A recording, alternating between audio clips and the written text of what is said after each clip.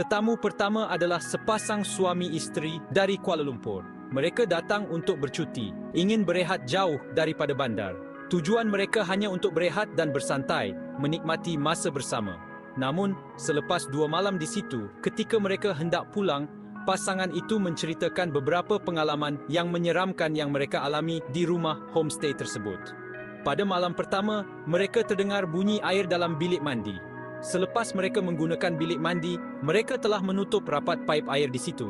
Tetapi mereka tetap mendengar bunyi air mengalir berterusan. Merasa pelik, mereka mula berfikir mungkin paip itu tidak ditutup dengan betul. Mereka pun bersama-sama pergi memeriksa bilik mandi. Alangkah terkejutnya mereka apabila ternampak lembaga di dalam tandas. Dalam keadaan panik, mereka segera meninggalkan bilik mandi itu. Malam kedua pula, ketika mereka sedang tidur, pintu bilik mereka tiba-tiba terbuka, lalu tertutup semula. Kejadian itu berulang beberapa kali, pintu terbuka dan tertutup berkali-kali. Kedua-dua pasangan itu terjaga dari tidur dan memandang ke arah pintu, dan mereka ternampak lembaga melintas di depan pintu. Dalam keadaan panik, mereka cuba menenangkan diri dengan memejamkan mata sambil berpelukan dalam keadaan yang sangat takut. Tidak lama kemudian, tiba-tiba mereka terasa angin yang sangat sejuk meniup ke arah telinga mereka. Sedangkan dalam bilik itu, mereka tidak menghidupkan kipas, pendingin udara atau membuka tingkap. Namun, angin sejuk itu terasa semakin jelas di telinga mereka, membuatkan bulu roma mereka meremang.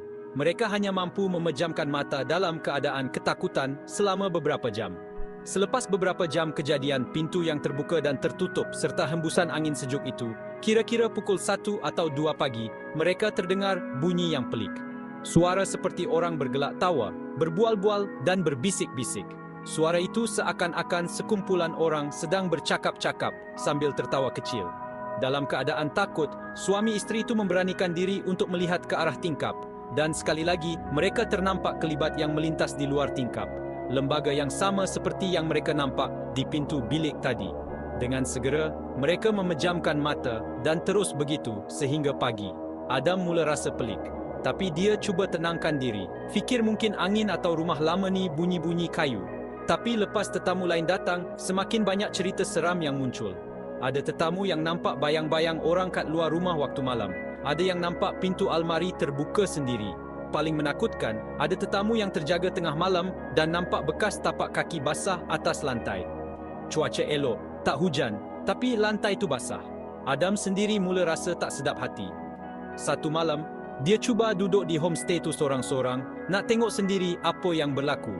Malam tu, Adam dengar bunyi tapak kaki di serambi, macam ada orang berjalan. Tapi bila dia keluar tengok, tak ada sesiapa.